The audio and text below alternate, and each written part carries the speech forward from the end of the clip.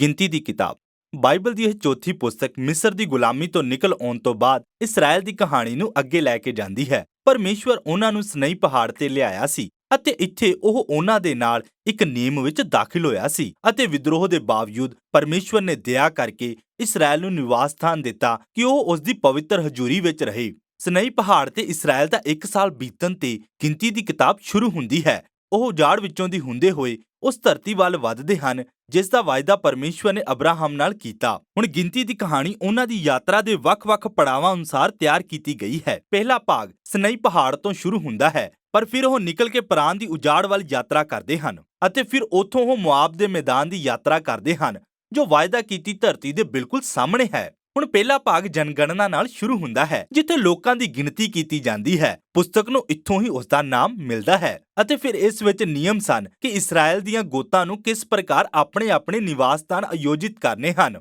ਤੰਬੂ ਨੂੰ ਕੇਂਦਰ ਵਿੱਚ ਲਗਾਉਣਾ ਸੀ ਅਤੇ ਫਿਰ ਉਸ ਦੇ ਆਲੇ-ਦੁਆਲੇ ਜਾਜਕ ਅਤੇ ਲੇਵੀ ਅਤੇ ਫਿਰ ਉਹਨਾਂ ਦੇ ਆਲੇ-ਦੁਆਲੇ 12 ਗੋਤਾਂ ਨੂੰ ਆਯੋਜਿਤ ਕੀਤਾ ਗਿਆ ਅਤੇ ਉਹਨਾਂ ਦਾ ਪ੍ਰਮੁੱਖ ਯਹੂਦਾ ਸੀ ਅਤੇ ਇੱਕ ਵੱਡਾ ਪ੍ਰਤੀਕ ਸੀ ਕਿ ਕਿਸ ਤਰ੍ਹਾਂ ਪਰਮੇਸ਼ਵਰ ਦੀ ਪਵਿੱਤਰ ਹਜ਼ੂਰੀ ਪਰਜਾ ਦੇ ਰੂਪ ਵਿੱਚ ਉਹਨਾਂ ਦੀ ਹੋਂਦ ਦਾ ਕੇਂਦਰ ਸੀ। ਇਸ ਤੋਂ ਬਾਅਦ ਨਿਯਮਾਂ ਦੀ ਇੱਕ ਪੂਰੀ ਲੜੀ ਹੈ ਜੋ ਲੇਵੀਆਂ ਦੀ ਪੁਸਤਕ ਤੋਂ ਸ਼ੁੱਧਤਾ ਸੰਬੰਧੀ ਨਿਯਮਾਂ ਤੋਂ ਵਿਕਸਿਤ ਹੋਏ। ਜੇਕਰ ਪਰਮੇਸ਼ਵਰ ਦੀ ਹਜ਼ੂਰੀ ਉਹਨਾਂ ਦੇ ਵਿਚਕਾਰ ਹੋਣ ਜਾ ਰਹੀ ਹੈ ਤਾਂ ਨਿਵਾਸ ਸਥਾਨ ਨੂੰ ਸ਼ੁੱਧ ਬਣਾਉਣ ਲਈ ਹਰ ਸੰਭਵ ਕੋਸ਼ਿਸ਼ ਕੀਤੀ ਜਾਣੀ ਚਾਹੀਦੀ ਹੈ। ਇੱਕ ਅਜਿਹਾ ਸਥਾਨ ਜੋ ਪਰਮੇਸ਼ਵਰ ਦੀ ਪਵਿੱਤਰਤਾ ਦਾ ਸਵਾਗਤ ਕਰਦਾ ਹੈ। ਅਧਿਆਇ 10 ਤੋਂ ਪਰਮੇਸ਼ਵਰ ਦੀ ਹਜ਼ੂਰੀ ਦਾ ਬੱਦਲ ਨਿਕਲਦਾ ਹੈ ਅਤੇ ਇਸਰਾਇਲ ਨੂੰ ਸਨਈ ਤੋਂ ਉਜਾੜ ਵੱਲ ਲੈ ਜਾਂਦਾ ਹੈ ਅਤੇ ਫਿਰ ਅਚਾਨਕ ਚੀਜ਼ਾਂ ਬਹੁਤ ਗਲਤ ਹੋ ਜਾਂਦੀਆਂ ਹਨ। ਅਧਿਆਇ 11 ਵਿੱਚ ਲੋਕ ਭੁੱਖ ਪਿਆਸ ਦੀ ਸ਼ਿਕਾਇਤ ਕਰਨ ਲੱਗਦੇ ਹਨ ਅਤੇ ਹੁਣ ਮਿਸਰ ਵਾਪਸ ਜਾਣਾ ਚਾਹੁੰਦੇ ਹਨ। ਫਿਰ ਅਧਿਆਇ 12 ਵਿੱਚ ਮੂਸਾ ਦੇ ਆਪਣੇ ਭਰਾ ਤੇ ਭੈਣ ਸਭ ਲੋਕਾਂ ਦੇ ਸਾਹਮਣੇ ਉਸ ਦਾ ਵਿਰੋਧ ਕਰਦੇ ਅਤੇ ਬੁਰਾ ਭਲਾ ਕਹਿੰਦੇ ਹਨ। ਇਸ ਯਾਤਰਾ ਦੀ ਚੰਗੀ ਸ਼ੁਰੂਆਤ ਨਹੀਂ ਹੋਈ ਸੀ।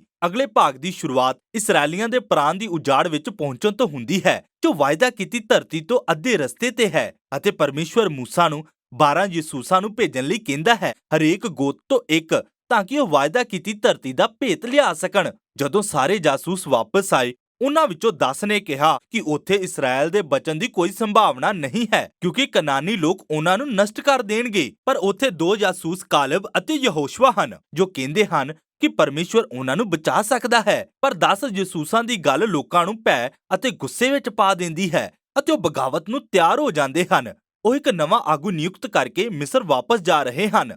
ਇਸ ਲਈ ਜ਼ਾਹਿਰ ਹੈ ਕਿ ਪਰਮੇਸ਼ਵਰ ਗੁੱਸੇ ਵਿੱਚ ਹੈ ਅਤੇ ਮੂਸਾ ਲੋਕਾਂ ਦੀ ਵੱਲੋਂ ਬੇਨਤੀ ਕਰਦਾ ਹੈ। ਉਹ ਪਰਮੇਸ਼ਵਰ ਨੂੰ ਅਬਰਾਹਮ ਨਾਲ ਕੀਤੇ ਵਾਅਦੇ ਦੇ ਪ੍ਰਤੀ ਵਿਸ਼ਵਾਸਯੋਗ ਬਣੇ ਰਹਿਣ ਨੂੰ ਕਹਿੰਦਾ ਹੈ ਅਤੇ ਪਰਮੇਸ਼ਵਰ ਵਿਸ਼ਵਾਸਯੋਗ ਰਹਿੰਦਾ ਹੈ ਪਰ ਆਪਣੇ ਨਿਆਂ ਦੀ ਕੀਮਤ ਤੇ ਨਹੀਂ। ਉਹ ਇਸਰਾਇਲੀ ਲੋਕਾਂ ਨੂੰ ਜੋ ਚਾਹੁੰਦੇ ਹਨ ਉਹ ਦਿੰਦਾ ਹੈ ਪਰ ਉਹਨਾਂ ਨੂੰ ਦੇਸ਼ ਵਿੱਚ ਪ੍ਰਵੇਸ਼ ਨਹੀਂ ਕਰਨ ਦਿੰਦਾ ਅਤੇ ਪਰਮੇਸ਼ਵਰ ਇਸ ਪੀੜ੍ਹੀ ਨੂੰ 40 ਸਾਲ ਜਦ ਤੱਕ ਉਹ ਮਰ ਨਹੀਂ ਜਾਂਦੇ ਉਜਾੜ ਵਿੱਚ ਭਟਕਣ ਦੀ ਸਜ਼ਾ ਦਿੰਦਾ ਹੈ। ਕੇਵਲ ਉਹਨਾਂ ਦੇ ਬੱਚੇ ਹੀ ਵਾਅਦਾ ਕੀਤੇ ਦੇਸ਼ ਵਿੱਚ ਦਾਖਲ ਹੋ ਸਕਣਗੇ। ਤੁਸੀਂ ਸੋਚ ਰਹੇ ਹੋਵੋਗੇ ਕਿ ਇਹ ਗੰਭੀਰ ਖਮਿਆਜਾ ਉਹਨਾਂ ਨੂੰ ਸੁਧਾਰੇਗਾ, ਪਰ ਹਾਲਾਤ ਹੋਰ ਵੀ ਬੁਰੇ ਹੋ ਜਾਂਦੇ ਹਨ। ਅਗਲੀ ਕਹਾਣੀ ਵਿੱਚ ਲੇਵੀਆਂ ਦੇ ਇੱਕ ਪੂਰੇ ਸਮੂਹ ਨੇ ਵਿਦਰੋਹ ਸ਼ੁਰੂ ਕਰ ਦਿੱਤਾ। ਉਹਨਾਂ ਨੇ ਮੂਸਾ ਅਤੇ ਹਰੂਨ ਦੀ ਅਗਵਾਈ ਨੂੰ ਚੁਣੌਤੀ ਦਿੰਦੇ ਹੋਏ ਕਿਹਾ, ਬਸ ਹੁਣ ਬਹੁਤ ਹੋ ਗਿਆ। ਇਸ ਲਈ ਪਰਮੇਸ਼ਵਰ ਇਹਨਾਂ ਲੇਵੀਆਂ ਦੇ ਨਾਲ ਬੁਰੀ ਤਰ੍ਹਾਂ ਨਜਿੱਠਦਾ ਹੈ ਅਤੇ ਇਸਰਾਇਲ ਦੇ ਆਗੂਆਂ ਦੇ ਰੂਪ ਵਿੱਚ ਮੂਸਾ ਅਤੇ ਹਰੂਨ ਨਾਲ ਕੀਤੇ ਆਪਣੇ ਵਾਅਦੇ ਨੂੰ ਦੁਬਾਰਾ ਸਥਾਪਿਤ ਕਰਦਾ ਹੈ। ਹੁਣ ਉਹ ਪ੍ਰਾਣ ਦੇ ਖੇਤਰ ਨੂੰ ਛੱਡ ਕੇ ਰਸਤੇ ਵਿੱਚ ਅੱਗੇ ਵਧਦੇ ਹਨ ਤੇ ਉਹ ਇੱਕ ਵਾਰ ਫਿਰ ਤੋਂ ਹੇਠਾਂ ਡਿੱਗਦੇ ਹਨ। ਇਸਰਾਇਲੀ ਆਪਣੀ ਪਿਆਸ ਬਾਰੇ ਫਿਰ ਤੋਂ ਸ਼ਿਕਾਇਤ ਕਰਨ ਲੱਗ ਜਾਂਦੇ ਹਨ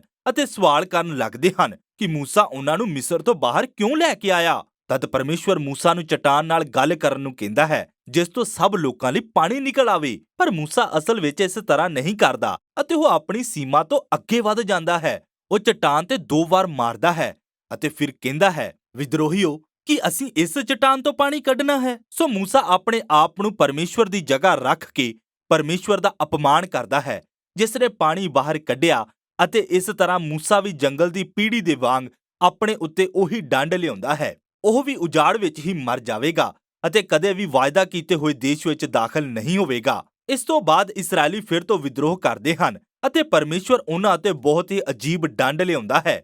ਜ਼ਹਿਰੀਲੇ ਸੱਪ ਆ ਕੇ ਲੋਕਾਂ ਨੂੰ ਡੰਗਦੇ ਹਨ ਅਤੇ ਮੂਸਾ ਫਿਰ ਤੋਂ ਲੋਕਾਂ ਦੀ ਵੱਲੋਂ ਪਰਮੇਸ਼ਵਰ ਨਾਲ ਗੱਲ ਕਰਦਾ ਹੈ ਅਤੇ ਪਰਮੇਸ਼ਵਰ ਮੂਸਾ ਨੂੰ ਪਿੱਤਲ ਦਾ ਸੱਪ ਬਣਾਉਣ ਅਤੇ ਉਸ ਨੂੰ ਖੰਭੇ ਤੇ ਉੱਚਾ ਉਠਾਉਣ ਨੂੰ ਕਹਿੰਦਾ ਹੈ ਤਾਂ ਕਿ ਜੋ ਵੀ ਇਸ ਸੱਪ ਨੂੰ ਵੇਖੇ ਉਹ ਜ਼ਹਿਰੀਲੇ ਸੱਪਾਂ ਦੇ ਡੰਗਾਂ ਤੋਂ ਠੀਕ ਹੋ ਜਾਵੇ। ਇਹ ਇੱਕ ਬਹੁਤ ਹੀ ਅਜੀਬ ਚਿੰਨ੍ਹ ਹੈ ਪਰ ਇਹ ਉਸ ਚੁਣੌਤੀ ਨੂੰ ਦੱਸਦਾ ਹੈ ਕਿ ਪਰਮੇਸ਼ਵਰ ਆਪਣੇ ਨਿਯਮਾਂ ਦੇ ਪ੍ਰਤੀ ਵਿਸ਼ਵਾਸਯੋਗ ਰਿਹਾ। ਇਸਰਾਏਲੀਆਂ ਦੇ ਪਾਪ ਅਤੇ ਬੁਰਾਈ ਉੱਤੇ ਡੰਡ ਲਿਆ ਕੇ ਉਹ ਨਿਆਂ ਕਰਦਾ ਹੈ, ਪਰ ਪਰਮੇਸ਼ਵਰ ਦਾ ਨਿਆਂ ਵੀ ਉਹਨਾਂ ਲੋਕਾਂ ਲਈ ਜੀਵਨ ਦਾ ਸਰੋਤ ਬਣ ਜਾਂਦਾ ਹੈ ਜੋ ਚੰਗਿਆਈ ਦੇ ਪਰਮੇਸ਼ਵਰ ਦੀ ਵੱਲ ਵੇਖਦੇ ਹਨ। ਇੱਥੋਂ ਲੋਕ ਮੁਆਬ ਦੇ ਮੈਦਾਨੀ ਇਲਾਕਿਆਂ ਵਿੱਚ ਜਾਂਦੇ ਹਨ ਅਤੇ ਇਸ ਖੰਡ ਦਾ ਪਹਿਲਾ ਮੁੱਖ ਭਾਗ ਬਿਲਿਆਮ ਨਾਮ ਦੇ ਅਨੋਖੇ ਕਿਰਦਾਰ ਤੇ ਕੇਂਦਰਿਤ ਹੈ। ਮੁਆਬ ਦਾ ਰਾਜਾ ਆਪਣੇ ਖੇਤਰ ਵਿੱਚੋਂ ਲੰਘ ਰਹੇ ਲੋਕਾਂ ਦੇ ਵਿਸ਼ਾਲ ਸਮੂਹ ਨੂੰ ਦੇਖ ਕੇ ਘਬਰਾ ਜਾਂਦਾ ਹੈ।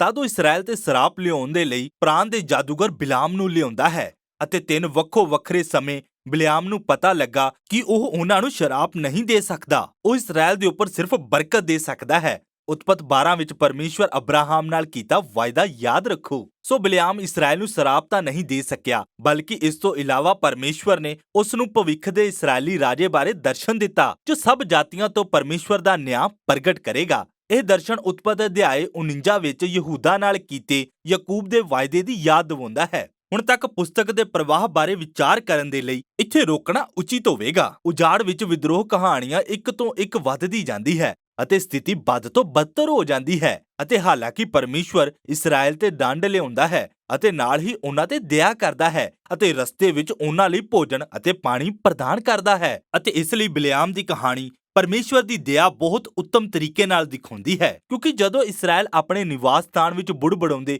ਅਤੇ ਝਗੜਦੇ ਹਨ ਪਰ ਪਹਾੜੀਆਂ ਉੱਤੇ ਉਹਨਾਂ ਤੋਂ ਅਣਜਾਣ ਪਰਮੇਸ਼ਵਰ ਉਹਨਾਂ ਦੀ ਰੱਖਿਆ ਕਰ ਰਿਹਾ ਹੈ ਅਤੇ ਇੱਥੋਂ ਤੱਕ ਕਿ ਉਹਨਾਂ ਨੂੰ ਬਰਕਤ ਵੀ ਦੇ ਰਿਹਾ ਹੈ ਅਤੇ ਇਹ ਉਜਾੜ ਵਿੱਚ ਇਸਰਾਏਲ ਦੇ ਵਿਦਰੋਹ ਅਤੇ ਪਰਮੇਸ਼ਵਰ ਦੀ ਵਫਾਦਾਰੀ ਦੇ ਵਿਚਕਾਰ ਭਿੰਨਤਾ ਹੈ। ਇਹੀ ਕਾਰਨ ਹੈ ਕਿ ਇਹ ਕਹਾਣੀਆਂ ਇਸਰਾਏਲ ਦੀਆਂ ਬਾਅਦ ਵਾਲੀਆਂ ਪੀੜ੍ਹੀਆਂ ਲਈ ਇੰਨੀਆਂ ਮਹੱਤਵਪੂਰਨ ਬਣ ਗਈਆਂ।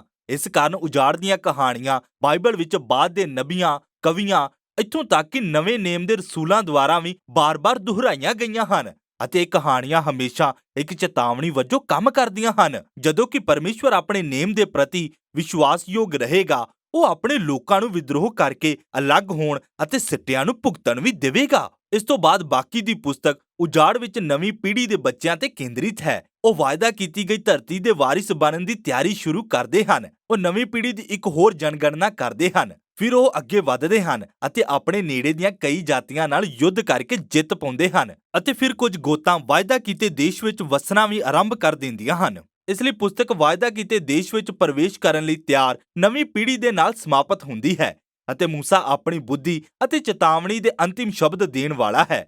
ਪਰ ਹੁਣ ਦੇ ਲਈ ਗਿਣਤੀ ਦੀ ਪੁਸਤਕ ਦੇ ਬਾਰੇ ਬਸ ਇੰਨਾ ਹੀ।